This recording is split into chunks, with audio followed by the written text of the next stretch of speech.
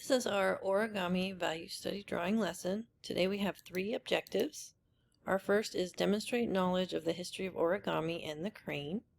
Second is use origami sculpture as a drawing reference to refine skills in rendering value, form, and space in graphite pencil. Third is to create a unique still life comprised of origami sculpture that shows personal artistic style in composition and technique.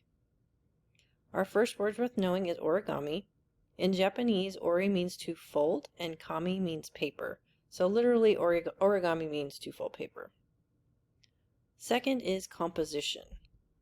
Composition is the arrangement of elements within the pictorial space, and then how you arrange the structure of the artwork that creates a path for the viewer's eye to follow. So essentially, where you're putting things in your pictorial space. Last is open and closed composition. So for open composition, an image is considered to have an open composition when the essential features of an image go beyond the frame. So for example, the pears, the watercolor that is at the top right there, you can see those pears go outside of the frame, so that will be considered an open composition. So doing this creates an environment outside the frame, and it's considered to be dynamic and expansive. So for closed composition, an image is considered to have a closed composition when all the essential features of the image are contained within the frame. So for example, that one at the bottom, all of the pears are within the pictorial frame. So arranging your objects or still life or whatever you're drawing like this can be more static and stable. We'll talk a little bit about this in a bit. So the origami and the crane in particular. Origami began in feudal Japan when people gifted each other paper figures as symbols of honor and loyalty. So paper back then was something that was of high value, so giving someone something like this would mean a lot as a gift. The first documentation of paper folding is the book Secret to Folding 1000 Cranes, which was published in Japan in 1797. And here is an example of the page. And then in Japanese and Korean culture, the crane symbolizes good health, longevity, and some believe that the cranes carry souls to paradise on their wings and they protect you on your journey there.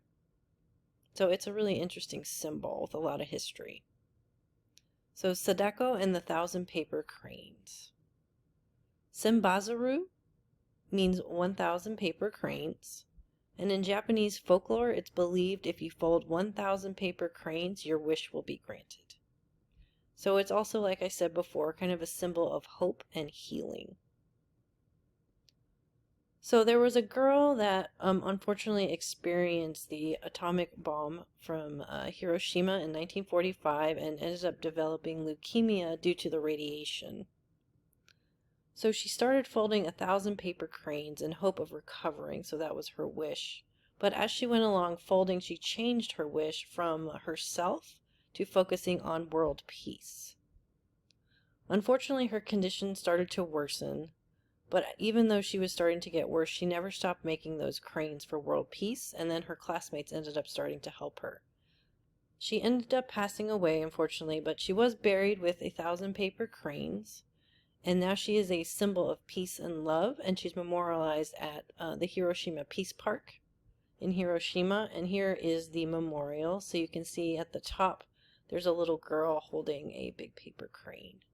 So she became a symbol for peace and love and kind of wishing for things beyond yourself. So we're going to use this symbol in our drawing. But let's backtrack and talk a little bit about that open and closed composition again. So looking at these 2 photographs, so these are 2 photographs that I took to draw from. Which one do you think is an open and which one is a closed composition? The one on the left would be considered closed. So if you're looking, all of the elements, the 2 cranes are held within that pictorial plane. They're not going outside of the pictorial plane. So this would be considered closed. The one on the right is considered open, and it is because you can see the cranes go outside of that picture plane, right? So it's kind of like you're zooming in. So also think of it, if you're in photography, as a crop. So you're cropping in close. So there's no right or wrong for this. It's just what are you trying to express in your drawing or your artwork or your photography. So for the closed composition, it becomes off as more static, it's more stable, and it's focused. You're telling the viewer everything you want to tell them. Everything's within the pictorial plane. For an open composition, it's more dynamic, there's movement, things are going outside of the page, and there's room for interpretation. So since things are going outside of the page, the viewer can kind of guess what's going on outside of the picture plane. So again, you need to decide what you're trying to say in your own artwork and then decide whether you want to go with an open or closed composition. So for our final project, let's go over the steps. The first thing you're going to do is complete a small little practice drawing just to kind of get your drawing chops up, and then I can help you if you're having any kind of struggles. So you want to consider the edges, values, and transitions in the origami image I've provided, especially looking at where things are soft, where things are crisp, and then also how are you going to keep the proportions correct in your drawing? You want your drawing to be accurate. So are you going to use a diamond method, a grid method? Are you just going to scale with your pencil? And then again, if you're struggling with this now, let me help you with it before we get to the final drawing. Once you're done with your practice, please check off with me and then you can move on to step 2. I have some cranes already folded for you, but you can always fold some of your own if you would like. And you're going to take a well-lit reference image to draw from that has high contrast and shadows and highlights. So make sure you're using the light or going into a sunny area so you'll have some really nice lights and darks. So as you're drawing, or as you're setting up your still life, you want to consider, are you going to do an open or closed composition? The value of the cranes. We're going to be doing these in black and white. So are the cranes white? Are the cranes gray? And then how that looks. Because remember, you're going to be shading these. How much negative space? How much of the picture plane are you going to show? Is it going to be landscape or portrait orientation? You need to edit it black and white so then you can really see the amount of value that you have.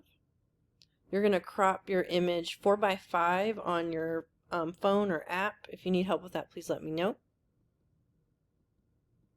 And then once you get your image taken, you want to get approval from me and upload. And then I'll print a reference for you. If you want to go expert level on this drawing, use some pattern paper and then you'll have to be drawing those patterns. Or fold a different sculpture if you wish. You can always do your own thing, so scale it up to make it as difficult or as challenging as you need it to be. Here are some example compositions that I made. So these are my photographs. Your photographs don't have to look like mine, but if you kind of don't have an idea where to start. And then step 3 is just to draw. So you're going to use 9x11 paper with a 1-inch border. And then for step 4, you're going to glue your final image to black paper, paper clip the art info tag to it, take an image to upload and turn in, and then also turn in your final drawing. Do not forget to upload an image of your drawing for grading. And then just some tips for success. Choose a method that you're going to use to get accurate proportion. So it could be a quadrant, it could be a diamond grid, it could be the shape method, but you need a way that you're going to get your drawing to look accurate. Lightly create the contour line of major shapes lightly. Do not press hard or it'll be hard to erase. You're going to add your values slowly. Remember, work from light to dark. Sometimes I like to work from the middle, dark, and then go to lights, however you want to do it. But don't just go really dark really quick. Use the different pencils for drawing for a wide range of values. Don't just stick with one pencil. Be aware of those edges, the value, and shapes. No outlines. Remember, the soft versus crisp transitions. Just look at those edges. Don't outline it. It shouldn't look like a coloring book. Focus on shading those value edges to eliminate the original contour drawing that you did. You might need to take your eraser and erase out things if you need to. And then review the rubric. This is how I'm going to grade you, so it's on your study guide. And then remember, this is just shapes and values. Shapes and values. That's all it is. And then if you put in a great effort, you will get a great reward. You're going to have a really nice looking drawing. And you can do this. So if you need help as you go along, as always, please ask me. And I cannot wait to see your drawings. I bet they're going to look fantastic. Thanks, guys.